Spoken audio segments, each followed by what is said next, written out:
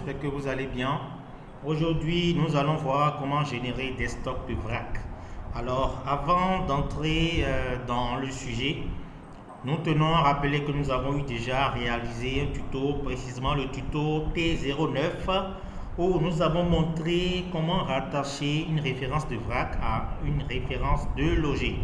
Alors, pour pouvoir générer des stocks vrac, vous devrez impérativement faire ce conditionnement-là d'abord en amont.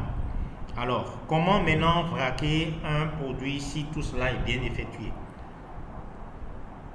Nous allons nous connecter tout de suite. Alors, ici,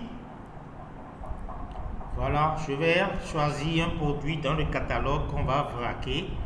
Et pour ce produit-là, nous allons voir l'état du stock du vrac et l'état du stock du logé avant de vraquer pour voir l'effet que ça va donner.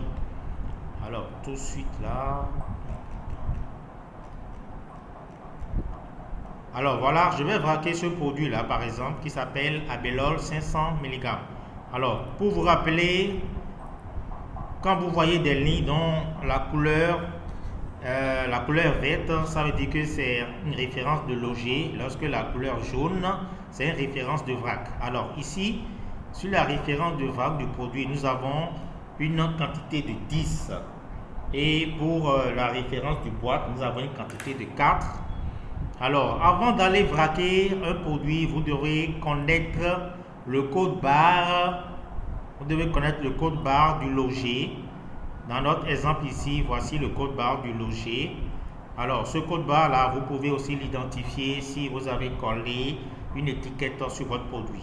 Alors, voilà le code barre qui est là, que nous connaissons déjà. Une fois le code barre connu, il faut aussi vous assurer que le conditionnement a été bien effectué, d'accord? Donc, si tout est bon, nous irons dans le menu stock et à ce niveau, nous allons cliquer sur actions diverses. Au niveau des actions diverses, maintenant, je vais cliquer sur gestion des vracs par CH. Et puis, à ce niveau, je vais mettre le code barre du logé que nous voulons vraquer. Et ensuite, choisir la date de réception, c'est-à-dire la date à laquelle le logé a fait objet d'entrée en stock. Et ensuite, maintenant, définir le nombre de boîtes que vous voulez vraquer. Alors, le nombre de boîtes, ça peut être 2, ça peut être 3. Mais si c'est 2 ou 3, vous devez vous assurer que toutes ces boîtes-là ont le même code barre. Lorsque ces boîtes n'ont pas les mêmes codes barres, vous devrez prendre le premier code barre et mettre la quantité. Et ensuite mettre le deuxième code barre et mettre la quantité aussi. Alors, lorsque tout est fait, je clique sur le bouton ajouter. Et voilà ce qui se passe tout de suite en bas. Il me dit, voilà, j'ai la référence du logé et j'ai un total de 4 boîtes. Je veux vraquer une boîte parmi les 4, ce qui va me donner 10 plaquettes qui sera générée sur la référence de vrac. Alors, comme tout est bon, je vais cliquer sur valider. J'enregistre. Alors, après enregistrement, vous aurez ce message-là qui va vous dire, veuillez cliquer sur le bouton imprimer étiquette pour imprimer les étiquettes. Alors, c'est juste un raccourci au cas où vous aurez besoin d'imprimer les étiquettes pour ce qu'on vient de vraquer. Tout de suite, vous allez juste cliquer sur le bouton imprimer étiquette et on aura cette possibilité-là pour imprimer les étiquettes au besoin. Mais si vous n'avez pas besoin de faire cette impression, on va tout simplement fermer, mais nous allons attendre d'abord voir rapidement.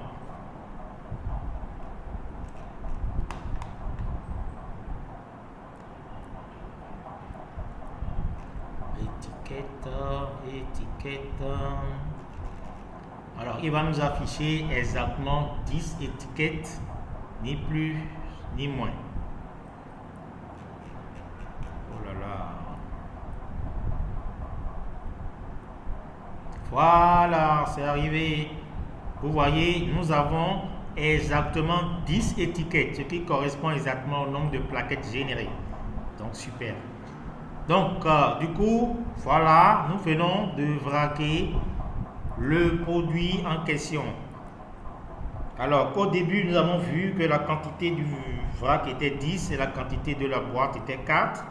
Nous irons voir maintenant dans le catalogue à quel niveau se présente le stock de ces produits.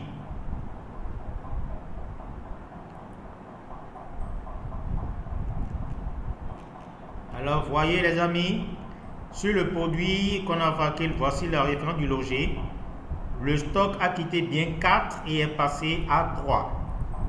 Et la référence du vrac qui était à 10 est réellement passée à 20, ce qui nous prouve que l'opération s'est bien passée. Donc, du coup, voilà tout simplement comment vous pouvez vraquer une référence de loger dans ASFAM. J'espère que vous avez bien suivi et bien compris. Si tel est le cas, nous vous disons merci et à bientôt pour un autre tuto.